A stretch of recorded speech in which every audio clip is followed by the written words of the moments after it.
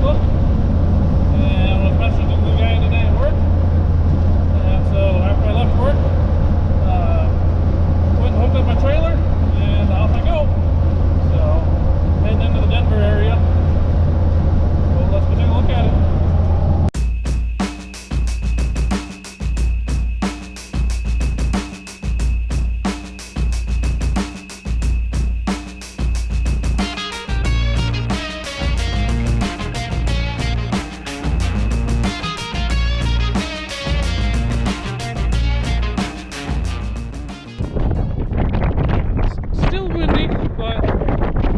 Loaded up and on the way.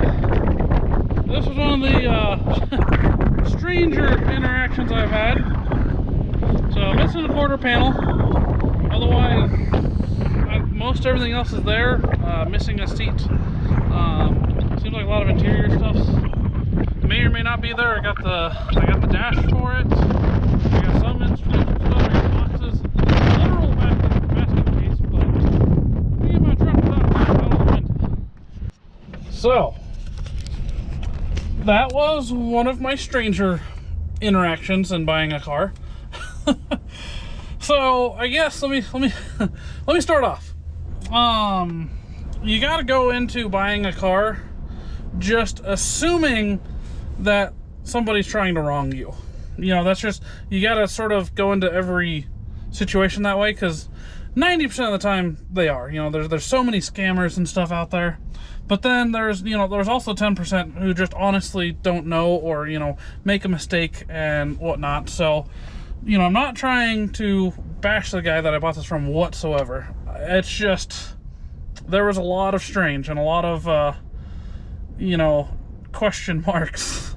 So, you know, I pull up and it's buried behind all kinds of stuff, which isn't a big deal. I've dealt with that before. But I started asking some questions about the car, and he really doesn't know a ton about it. And I did notice on Facebook, it was a 73 Dodge Dart on Facebook. Well, in the pictures, it looked like a Plymouth Scamp, and in person, it is in fact a Plymouth Scamp. So, not a big deal, because I know a lot of people struggle with Facebook, their like algorithms that they put into the computer, or into the, you know, into their system. Sometimes vehicles aren't in there, people struggle with it, and they post it, and you see all kinds of random cars that don't have the correct description. So that wasn't, you know, a big biggie, but that was a flag, or, you know, flags, or the red flag. That was just one sort of strange thing. And then I started asking some questions about the car itself, and he didn't seem to know a ton about it, which isn't, again, entirely uncommon. But I did finally ask about the title, because he did say it has a clear title. And dealing with enough cars like I have, you know, I asked him, you know, is it in your name, or is it, you know, an open title from the previous owner? He just say it's an open title from the previous owner. And so, and I told myself, well, I'd like to look at that, and okay, you know, we'll get around to that. Okay, no problem. And so I asked him as well, you know, since he didn't want to go grab it or whatever, I asked him, you know, I said, did you sign it? I said, did just the seller sign it? Oh, no, you know, just the seller signed it. Okay, well, that's good. We'll go from there. And so talked about it. As always, you know, he says he got a few people lined up after me that called him. I messaged him, I think it was 28 minutes after he posted it, so it just came up on my news feed as a new vehicle. So, and I just happened to be looking at Facebook, and so I ended up asking him two questions. I said, well, you know, you have our best offer on your price. I said, but if you have some people interested in it, do you have any wiggle room? He says he'd really like to stick at $1,500 since he's got some more people. I said, okay, that's not a big deal. And so he then, I told him, I said, well, I said, if we make a deal, I said, if I want to buy this, I said, can we get this out tonight? Because it is buried. And, oh yeah, that won't be a problem. So I said, okay, well, I can do the you know, if everything checks out like you say it does, I can do the $1,500. And cool, let's start moving some stuff. Okay, and at this point, I still haven't seen the title. And so, The VIN tag also, I should add that the VIN tag's not on the car.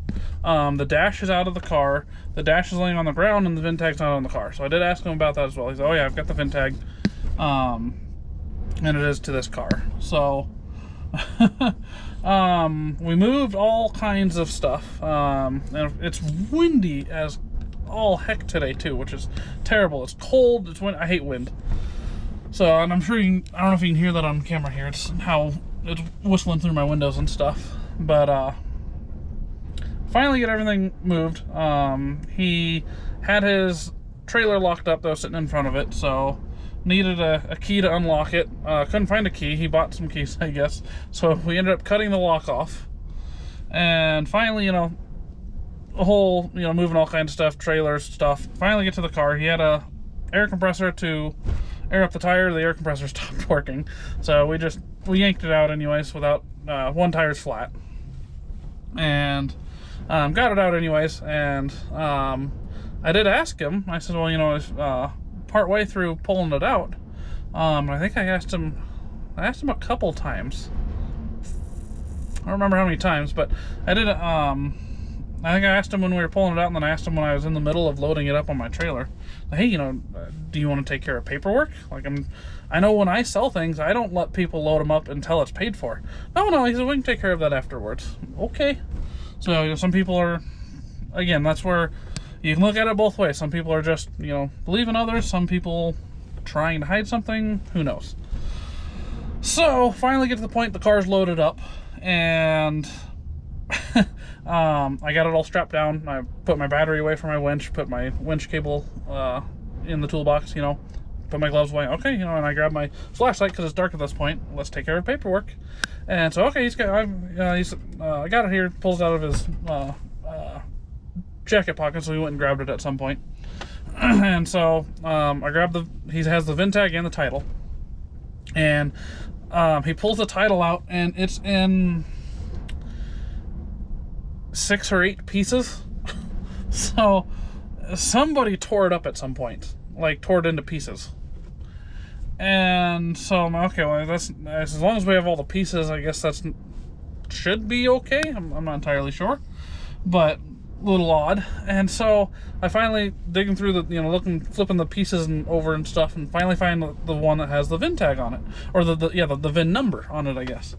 And it says make and model, and that's where it'll say mileage exempt and stuff because it's old enough, whatever. And it's a 7-digit VIN, 6-digit VIN maybe. It's just a couple numbers. And under model, it was EMP, EXMP, E something, and there was no that was under make, and then there was no model under it.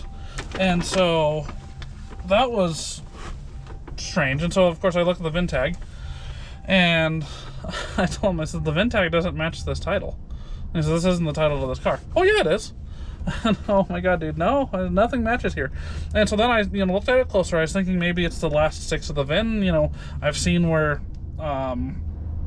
you know, the DMVs, they forget to add digits, or they take digits off, so maybe they use just a sequential number, which I could imagine would still cause problems, but that didn't even match up with the VIN tag. And so then I got to looking at the VIN tag. It was for a 73 Plymouth Scamp. And I said, well, can we check to make sure this VIN tag matches the car? And so I said, let's at least get that out of the way. And so the VIN tag does match the car. So the VIN tag came off the car, but the title doesn't match anything. And so he swears to me, though, that he can get me the title. But I had to kind of tell him, you know, at this point, I have to assume there's no title. You know, I'm gonna give you money and probably never hear from you again, is what I've got to assume. So yeah, I bought a car with no title. So, which might be okay, because my plans, I have a couple different directions I might want to go with it.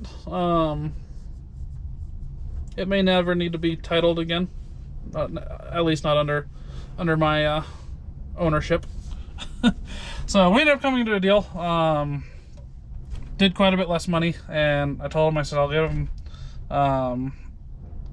we agreed on a lesser price, and and then I gave him way less money. I says, I'll give you the extra $500 once you give me that title.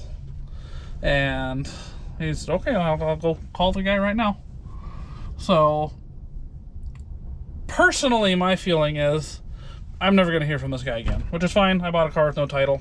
Not the first time I've done it. But I'm honestly going to be shocked if I actually hear back from him and he tells me that he's got the title. Because I'm assuming at this point that the guy that he bought it from, he says he knows, was supposed to give him the right title. So maybe the guy, maybe that guy never even had the title. And if he, so if he does have the title, does he still have it? I don't know. So many question marks on this, but either way, I've got a race car now. That's the goal of this car. I wanted a cheap, preferably A-body Mopar to turn into a basher, and I think I got that. So if I get a title for it, that'll be incredible, but at this point I'm assuming I'm not going to have one, which is fine. So that was strange. I'll have to do some more tomorrow, maybe in the sunlight.